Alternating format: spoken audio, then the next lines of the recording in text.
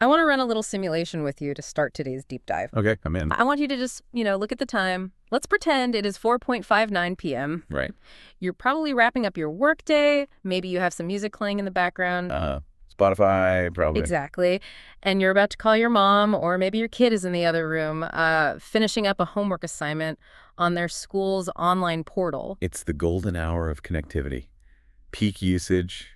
Everybody's online doing something. Everybody is online. And then the clock strikes 5:00 p.m. and silence. Not, audio silence. I mean, digital silence. The little signal bars on your phone, just poof, they vanish. The Wi-Fi icon on your laptop turns into that little globe with the stop sign. The no internet dinosaur pops up on your screen. Right. But it's not just you. It's the whole country. A total blackout. The government has, for whatever reason, pulled the plug. It sounds like we're reading the opening chapter of some, I don't know, cyberpunk dystopia, doesn't it? It really does. But you're actually pulling this from some real-world reports, right?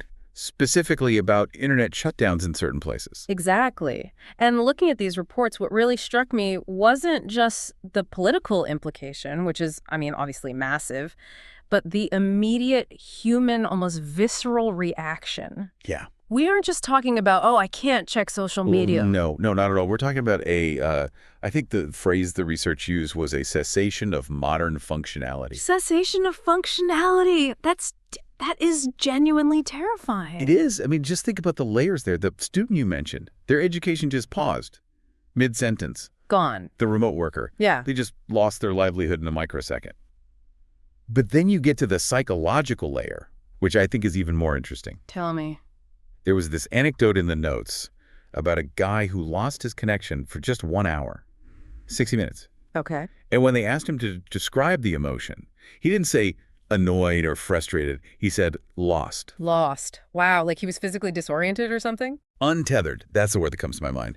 Completely untethered from the world. I have to say, I connect with that, honestly. If my internet goes down, which it does, more than I'd like to admit, I find myself just walking around the house. I'll open the fridge. I'll close the fridge. You don't know what to do with yourself. I really don't. My little brother actually asked me once during an outage. He just looked at me and said, "What do we do now?" As if he was waiting for a server somewhere to tell him to execute the goplayoutside.exe file. Exactly. It's this profound dependency.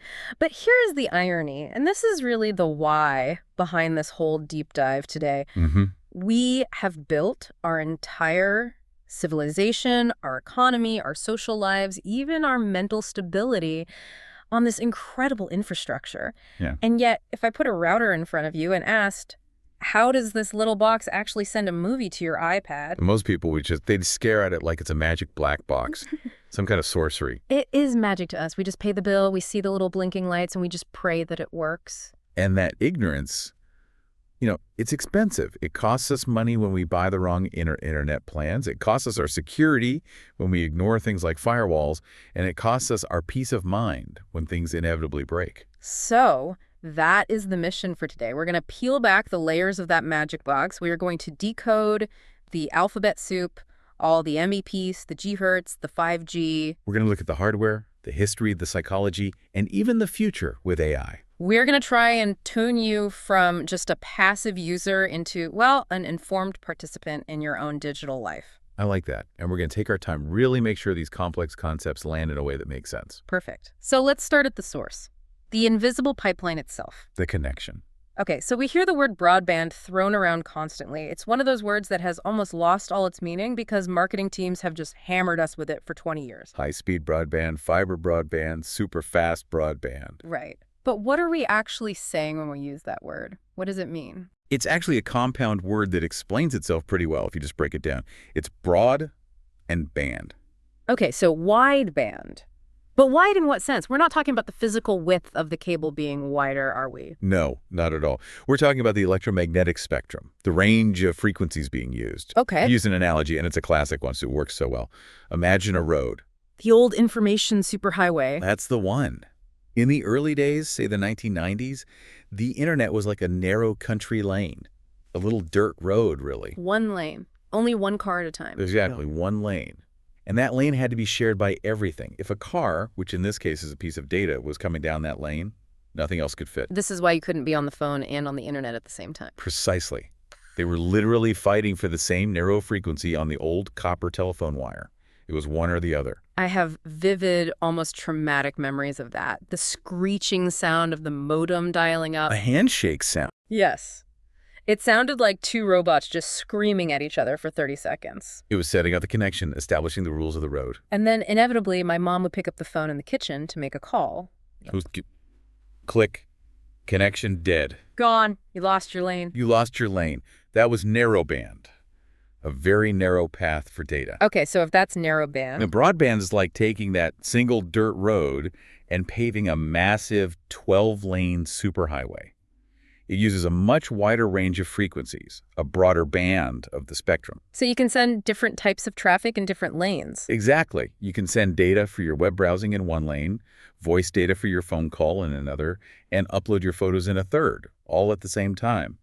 They don't interfere with each other. So it's not just that the cars are going faster, it's that you can fit thousands of cars on the road side by side. That's a really crucial distinction. It's about volume. It's about capacity. Can you give me another analogy? Sure. Think about a garden hose versus a fire hose. The water coming out of a garden hose is a relatively small stream, right? Right. A fire hose, on the other hand, is just this massive volume of water. The water itself, the individual molecules, aren't necessarily moving faster in a physics sense, but the sheer amount of water hitting you per second, the throughput, is immense. That is a key distinction, because when we buy an internet plan, they sell a speed, they say 500 megabits per second, but what they're really selling us is the width of our pipe, the capacity. They're selling you throughput. That's the technical term for it. It's how much data you can push through that pipe at any given moment. And to really appreciate that fire hose, you have to remember how fragile the garden hose was. Absolutely. We mentioned the sound of dial-up, but the actual experience of downloading something. Painful is the word. It was painfully slow. If you wanted to download a single photo, not a video, a simple JPEG file, you could literally go make a sandwich, come back, and it would still be slowly, line by line, loading the top half of the picture. And it was fragile. I think that's the part people forget. It wasn't just slow. It was fundamentally unreliable. What do you mean? You'd be maybe 90% done with a 5 megabyte download, which would have taken, I don't know, an hour. An hour, easy. And then the connection would just snap for no reason. Someone calls the house, a little bit of static on the line, and poof. And there was no resume button back then. You had to start the entire download all over again from 0%. Broadband didn't just bring us speed, it brought us stability. It gave us the always-on connection that we now take for granted. You don't dial up anymore. You're just there. The connection is persistent. It's part of the house's infrastructure, like plumbing or electricity. Okay, so the highway is built. That fire hose of data is rushing down the street to my house. But it has to get inside. Right. And this is where the hardware clutter begins. I've got this box in my hallway. It has blinking lights. I call it the router. But is that actually what it is? Well, you're probably partially right. In the old days, you used to have two distinct boxes. You had the modem and you had the router. Break them down for me. What does each one do? Okay, so the modem is basically the translator. The signal that comes from the street, whether it's from a cable line, a fiber optic line, or an old telephone line, is speaking a language your computer doesn't understand. It's an analog signal. Okay. The modem's job is to modulate and demodulate that signal. That's actually where the name comes from, modem. I honestly never knew that. I just assumed it was another random tech word somebody made up. Nope. It literally describes its function. It creates a bridge. It turns that raw signal from your internet service provider into digital data your computer can read. But, and this is the key part, a modem usually only has one output, one Ethernet plug. Which is fine if you're a hermit who lives alone and owns exactly one computer with no phone. Right. But in today's world, you have a phone, a laptop, a smart TV, maybe a smart fridge, a video doorbell. A dozen things at least. You need to split that single connection among all those devices. And that's where the router comes in. The traffic cop. The traffic cop is the perfect analogy, yes. The router takes that single connection from the modem and it assigns a unique internal address to every single device in your house. Like a house number on a street. Exactly. It creates a local network. Yeah. And it says, okay, this packet of data is part of a Netflix movie. Send that to the TV. This packet is an email. Okay, send that to the phone. So it is literally routing the traffic to the right place. Precisely. And what we almost always see these days, of course, are wireless routers. Which is a whole other layer of magic, right? How does that even work? It takes that digital data Yeah. and it converts it into radio waves. It's that little box, usually with antennas, though a lot of the modern ones hide the antennas inside for a cleaner look, that creates the Wi-Fi zone in your home. The bubble of connectivity. It is. It's what allows you to sit in a coffee shop or in your own backyard and stay connected without a physical tether, without plugging in a cable. But with that freedom, with that invisible connection, comes risk. A huge amount of risk. And the notes bring up a term that sounds very dramatic, almost like something from a spy movie. The firewall. It does sound dramatic, doesn't it? But the visual is actually perfect for what it does. I always picture a literal wall of fire in a movie like The Matrix or something, blocking evil code. It's a little less cinematic than that, but arguably much more important for your daily life. Okay, so what is it really? Think of your computer or your entire home network as a house. To get data in and out, you need doors and windows. Yeah. In technical terms, we call these ports. Ports. Okay. And you have thousands of them. Port 80, for example, is the standard one for web browsing. Port 25 is typically for email. A computer without a firewall is like a house with every single door and window unlocked and wide open. So anyone just walking by, any hacker on the internet running a script can just wander in? They can at least poke their head in. They can see what's on the table. They can see what devices you have. And they might even be able to get inside and plant something. A bug. Like malware or spyware. Exactly. Malware, spyware, ransomware. What the firewall does is it stands at the perimeter of your property. It acts like a bouncer at an exclusive club. So it checks the ID of every piece of data trying to get in? It has a guest list, basically. It looks at the incoming data and says, okay, your response from google.com, which my user just requested, come on in, you're allowed. And if it's not on the list? It looks at the next packet and says, wait a minute, who are you? You're an unsolicited, unrecognized connection from a server in a foreign country trying to access my webcam port. No. Blocked. You're not getting in. And what you used to think of firewalls as these massive industrial strength things that only, the Pentagon or big law offices needed to protect state secrets. The old mindset. But today, personal firewalls are absolutely essential for everyday users. They're built into most routers and operating systems now. Why the change? Because the attacks are automated now. It's not some guy in a dark hoodie typing code specifically to hack you. It's a bot, a piece of software that is scanning millions of internet addresses per minute, just looking for an open door. That's the scary part. It isn't personal. It's just a giant automated dragnet, and if your door is open, you get caught. You're just a target of opportunity. The firewall is what keeps that door locked. Okay, that makes sense. I want to pivot now to the part of this that always hurts my brain and my wallet.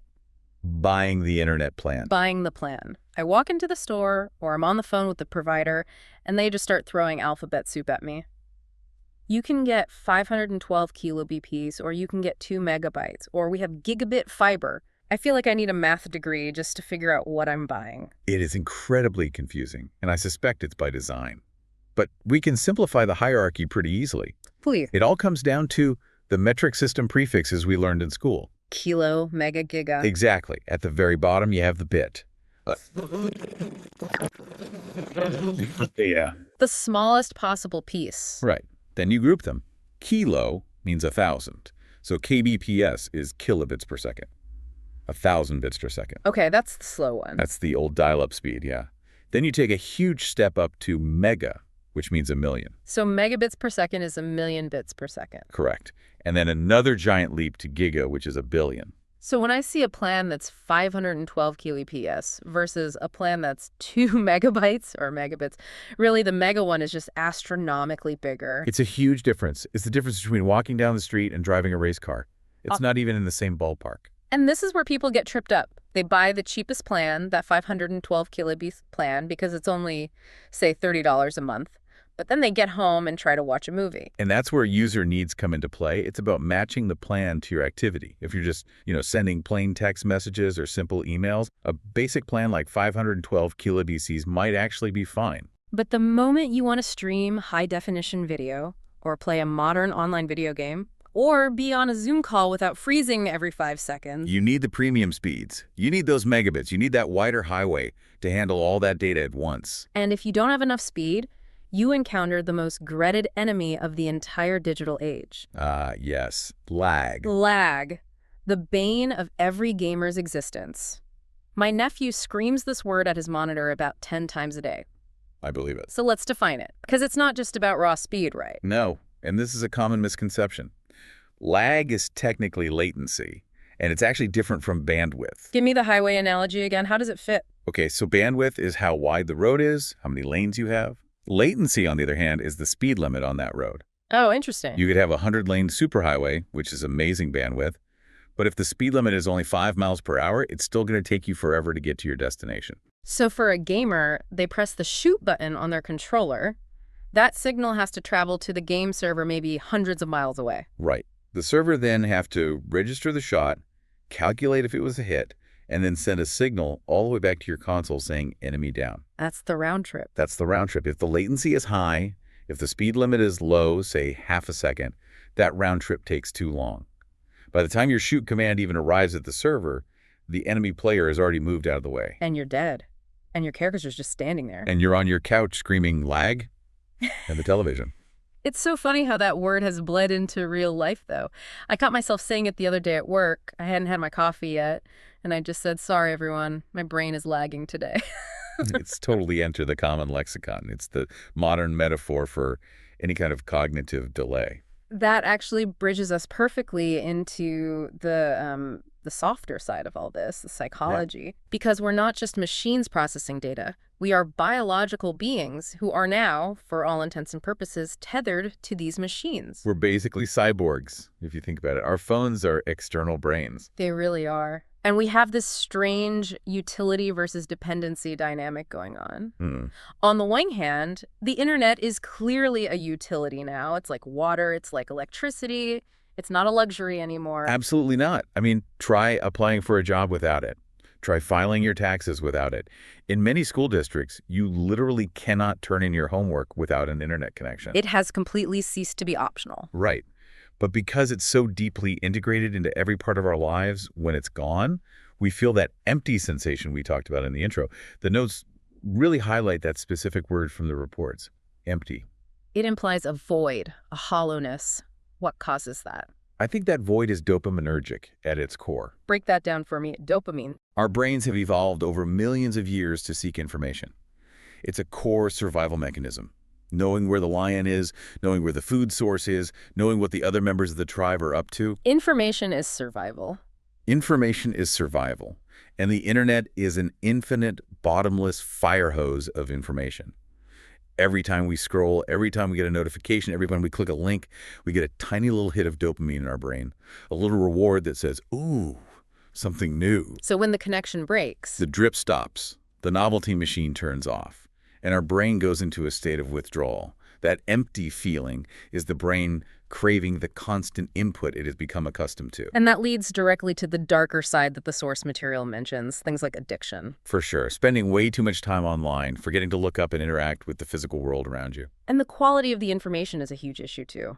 Fake news, scams, misinformation. Because the internet is so vast and unfiltered, not everything on it is true.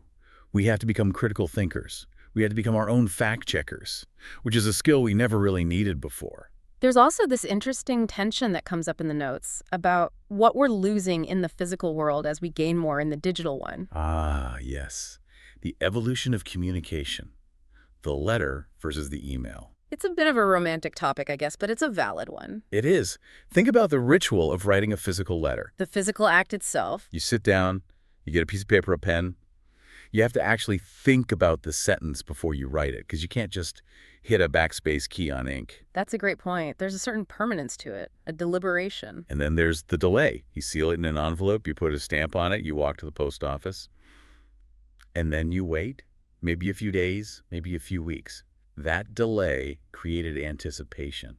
It gave the communication a certain weight, a significance. Versus an email, subject line meeting, click. Send, it's there instantly. It's efficient, undeniably efficient. But it can also be sterile.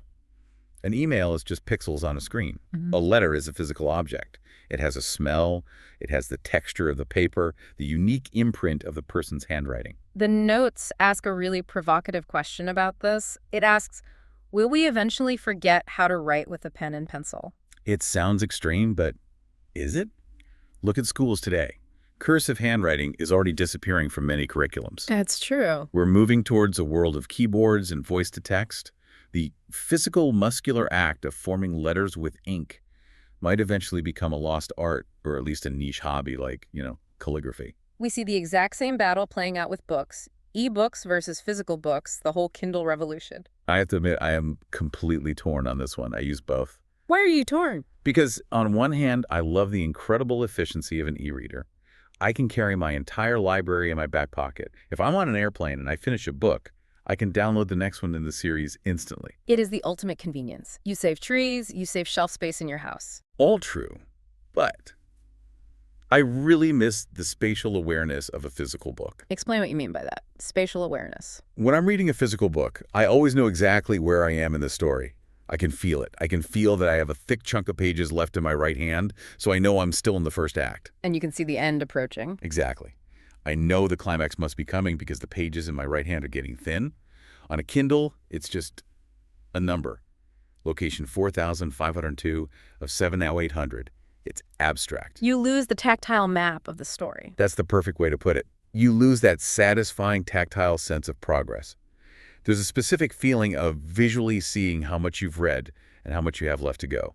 With an e-reader, it's just a percentage bar at the bottom of the screen. It's a classic battle. Efficiency versus experience. It really is. And speaking of frustrating experiences, let's talk about the machine itself. Let's talk about going to the computer store. The lion's den. We've all been there. You walk in with a computer that's maybe 3 years old. It's acting up. It's making a weird whirring noise. It's just slow.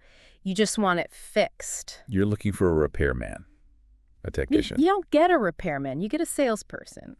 And they look at your perfectly good 3-year-old machine with this look of pity, and then they say the word. Obsolete. That word haunts me. Obsolete. It's such a powerful and dismissive word, isn't it? It doesn't mean it's broken. It doesn't mean it doesn't turn on anymore. It just means it's no longer useful because newer, better, faster technology exists. It is the sound of planned obsolescence. And that diagnosis leads directly to the inevitable upsell. The upsell is a classic sales tactic. You came in for a simple repair, but the salesperson immediately pivots. Why would you spend $100 fixing this old thing when for just a little bit more, you could get our brand new top-of-the-line model? Top of the line, that's one of those phrases they just love to use. The best of the best. And suddenly, you're not fixing a problem anymore. You're buying a dream of ultimate speed and power and no more whirring noises. But to even understand that dream, you have to wade through the spec sheet. And this is where the jargon gets really heavy again. Mm-hmm. So let's decode some of that power jargon. First up, the processor. The CPU. Okay, the processor is, for all intents and purposes, the brain of the computer. On the specs sheet, you'll see it measured in hertz, or, more commonly these days, gigahertz, which is abbreviated as gigahertz. So if I see a laptop that says 4 gigahertz, what does that actually mean for me? It refers to the clock speed. It's a measure of how many cycles or calculations the brain can perform per second. A gigahertz is 1 billion cycles per second. Okay, can you give me an analogy? Think of it like a chef chopping vegetables. A 4 gigahertz chef can chop twice as fast as a 2 gigahertz chef.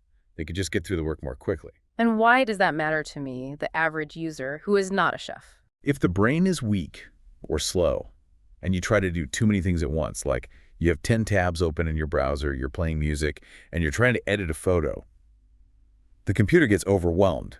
It can't process all the instructions fast enough. It freezes. It freezes. That's that horrible moment when the mouse pointer stops moving on the screen. Yep. And you just want to scream. You click and nothing happens. Exactly. The processor can't keep up with your demand, so it just stops. Yeah. A faster processor can handle more tasks at once without freezing. Okay, so we need a good brain. What about memory? This is where I think 90% of people get completely lost.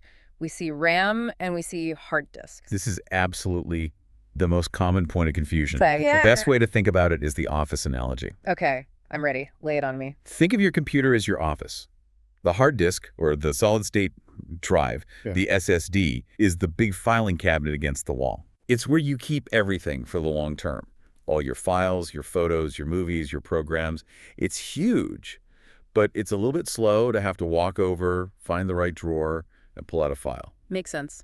That's my long-term storage. And RAM. RAM, which stands for Random Access Memory, is your desk. It's the workbench right in front of you. When you want to work on a file, you take it out of the filing cabinet, the hard disk, and you put it on your desk, the RAM. So RAM is what I'm actively working on right now. Exactly. It's super fast to access because it's right there. Now, if you have a big desk, lots of RAM, you can have your spreadsheet open, your music player open, your web browser open, and you can see them all and switch between them instantly. And if I have a small desk, not much RAM. If you have a tiny little desk, low RAM, you can maybe only look at one piece of paper at a time. If you want to open your spreadsheet, you have to first get up, walk over to the cabinet, and put your document away. That switching back and forth is what makes the computer feel slow. That's the bottleneck. So when you see 16 gigabytes of RAM on a spec sheet, that's the size of your desk. And when you see 1 terabyte hard disk, that's the size of your filing cabinet. Correct. And speaking of terabytes, the sizes have just exploded. I remember when we used to talk about megabytes as if they were huge. I remember buying a 1 gigabyte hard drive and thinking I would never fill it up. So let's clarify that hierarchy again. It's all powers of 1,000, more or less. 1,000 megabytes is a gigabyte. And 1,000 gigabytes is a terabyte. A terabyte sounds like a dinosaur or something. It's huge. It's a massive amount of space. A single terabyte is enough to store hundreds of full-length, high-definition movies. For the average user, it's an almost endless amount of storage. So you're standing there in the store, you're looking at all these specs, trying to decide on your processor speed and your RAM, and then you face the ultimate choice, the tribal warfare of the tech world. Mac versus PC. The endless debate. And the source material lays out the arguments for both sides pretty clearly. It does. On one side, you have the Mac argument. What's the case for Apple? The traditional case for the Mac is, first and foremost, ease of use. It's often seen as more intuitive, more user-friendly. But it just works philosophy. Right. It's also historically been the favorite for creative professionals, people doing heavy photo and video editing. And for a long time, there was this perception that Macs get fewer viruses. And the sources mentioned that they switched to Intel processors a while back, which made them much faster, right? Correct. That move leveled the playing field in terms of raw processing power. They became very competitive on speed. But then you have the PC diehards, the Windows users. What's their argument? Two main things, really. Gaming and familiarity. Gaming. Right. If you were a serious, high-end PC gamer, Macs have historically lagged way behind. The best graphics cards, the most customization option, the biggest library of games, that's all on the PC side. And familiarity. For millions of people who grew up using Windows in school and at work, the PC interface, the start button, the file organization, it's just pure muscle memory. That muscle memory is real. I've seen people try to switch systems, and it can be really painful to watch. It is. If you've used Windows your whole life and you suddenly sit down at a Mac, you feel clumsy. You don't know where your files are saved. You don't know the keyboard shortcuts. You're looking for a right-click button. That friction is powerful. It keeps people loyal to one brand, not because it's necessarily better, but just because it's what they know. And once you switch and get used to the new way, that loyalty just flips to the other side. It's so interesting how buying this stuff has its own unique language, not just the technical terms, but the language of the deal itself. Right. It's not just jargon. It's sales slang and negotiation phrases. For example, when the salesperson is rattling off all the specs, the gigahertz, the TB, the RAM, and the customer just puts their hands up and says, I have no idea. I have no idea. It's a phrase of total surrender. It's you admitting that you're out of your depth and you're now at their mercy. And then you get to the price, and we don't say dollars, we say bucks. You can save $100 if you buy the bundle. It's informal. It's American slang. It makes the money sound a little less serious, a little more casual. You would never say $100 in a formal bank meeting, but at a computer store, it's the standard. Absolutely. And then the salesperson tries to sweeten the deal. They'll lean in and say, tell you what, I'll throw in a pen drive. Throw in? I love that phrase, Laverne. Yeah. It means to include something for free as part of a larger deal. It implies a casual generosity like, I'm doing you a personal favor here. I'll throw in a pair of headphones to close the sale. It's the hook. It makes you feel like you're winning the negotiation. Exactly. And that's usually when the savvy customer, seeing the hook, might say, I know where this is going. I know where this is going. That is the sound of anticipation, isn't it? You realize you're being sold. You realize the friendly conversation is leading to a sales pitch. It's a defense mechanism. It's you signaling that you're aware of the game being played. And finally, after all the negotiation, the salesperson drops the big philosophical bomb to justify the whole cycle. You know, technology is ever-changing. Ever-changing. It sounds so poetic, doesn't it? Like you're talking about the ocean or the seasons. It does. But what it really means is that it's always progressing, always becoming different. It's the ultimate justification for why your 3-year-old computer is now considered a piece of garbage. I'm sorry, sir. It's not our fault. The world is just ever-changing. It is the most beautiful way I've ever heard to say you need to spend more money. It really is. So we've looked at the hardware, the software, the sales pitch, but to really understand where we are now, I think we have to look back. Context is everything. We need a brief history of computing. Let's start way back in the pre-computer era. It's hard to even imagine that life now. If you needed a piece of information, you had to physically go to a library. And use the card catalog. You'd look through those little wooden drawers, find the reference number, and then physically walk up and down the aisles to find the actual book. Information gathering was a physical activity. And communication, as we said, was pen and paper. We waited weeks for letters to cross the country or the ocean. The pace of life was fundamentally dictated by the speed of physical objects. Then comes the dawn of the machine, the mid-20th century. Computers did exist then, but they were absolute monsters. They filled entire rooms. Enormous, floor-to-ceiling mainframes with spinning tape reels and thousands of vacuum tubes. They generated immense heat, needed their own air conditioning systems. And they were incredibly exclusive. Only major universities, governments, and massive corporations could afford them or had the space for them. They were too expensive and far too complicated for a normal person to even touch, let alone own. Then, the 1970s and 80s hit, and with them, the personal computer revolution. This is the pivotal moment in the whole story. This is the shift from the computer as a singular monolithic entity to my computer as a personal possession. And we have to mention the pioneers here, the visionaries. People like Steve Jobs at Apple and Bill Gates at Microsoft. They had this radical vision that computers shouldn't just be for engineers in lab coats. They should be tools for everyone.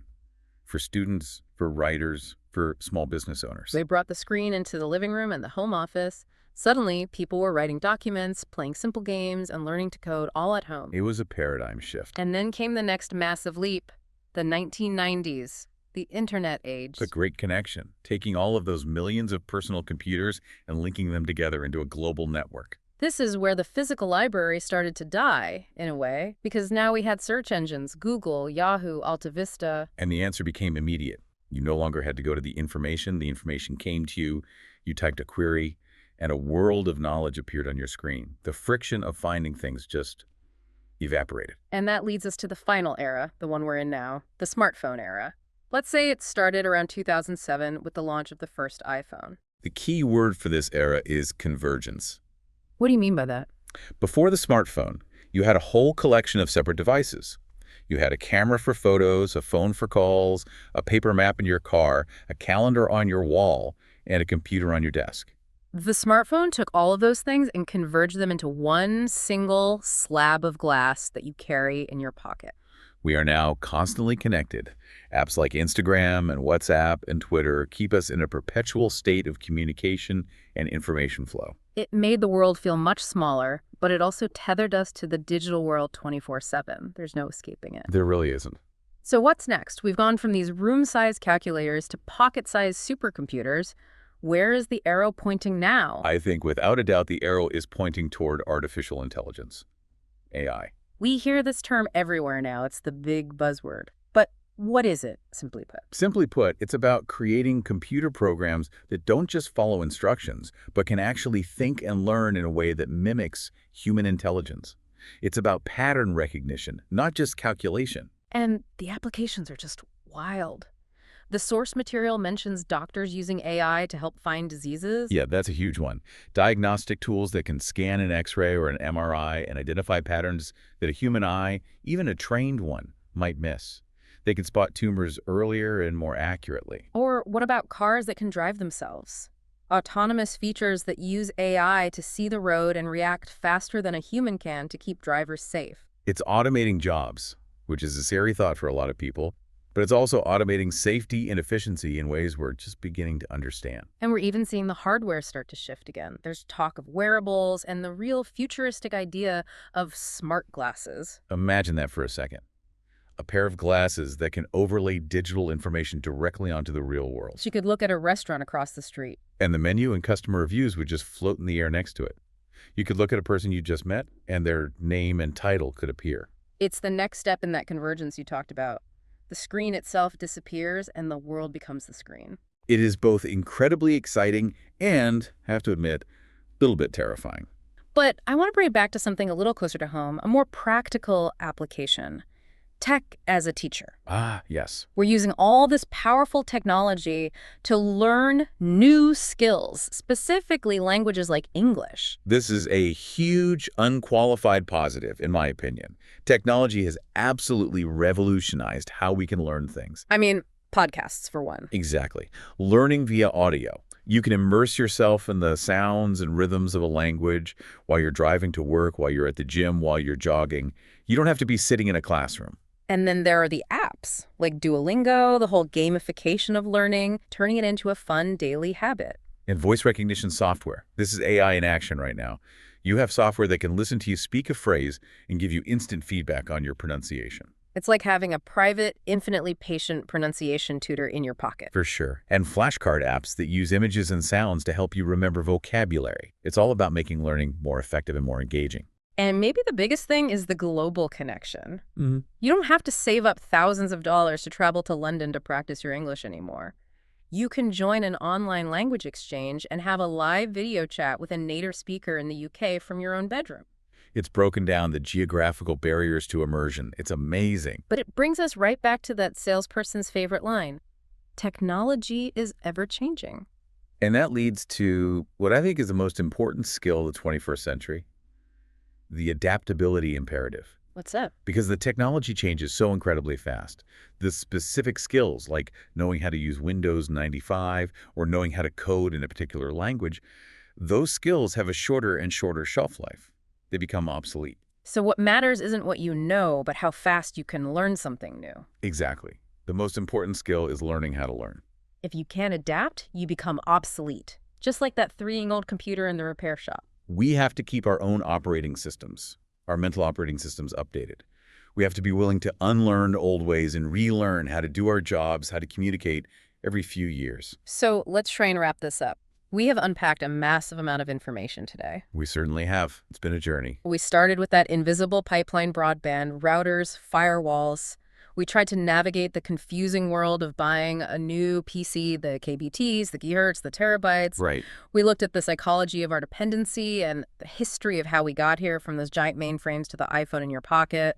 And we ended with a glimpse of the AI future. It's a huge landscape. Yeah. But the key takeaway for me through all of it is this. Technology at its heart is a tool. That's all it is. And whether it's a top-of-the-line gaming desktop or a simple smartphone, its ultimate value comes from how we choose to use it. Do we use it to connect with people, to learn new things, to grow, or do we let it use us? That is the fundamental question. And on that note, here's a final thought I want to leave everyone with, a little bit of a provocation to chew on. Let's hear it. We are moving toward a future of smart glasses that overlay reality. We have AI that learns and thinks like a human. We have search engines that remember literally everything for us. My question is this. As the machines get undeniably smarter, are we maintaining our own ability to function without them? That is the big question, isn't it? If the internet really did cut out for a day, a total global blackout, would we still know how to find information? Would we know how to navigate our own cities without GPS? Or have we simply outsourced our memory to the machine? Have we outsourced our sense of direction to Google Maps? When the screen finally goes dark, do we still know who we are and what to do? Something to think about the next time your Wi-Fi is buffering. Indeed.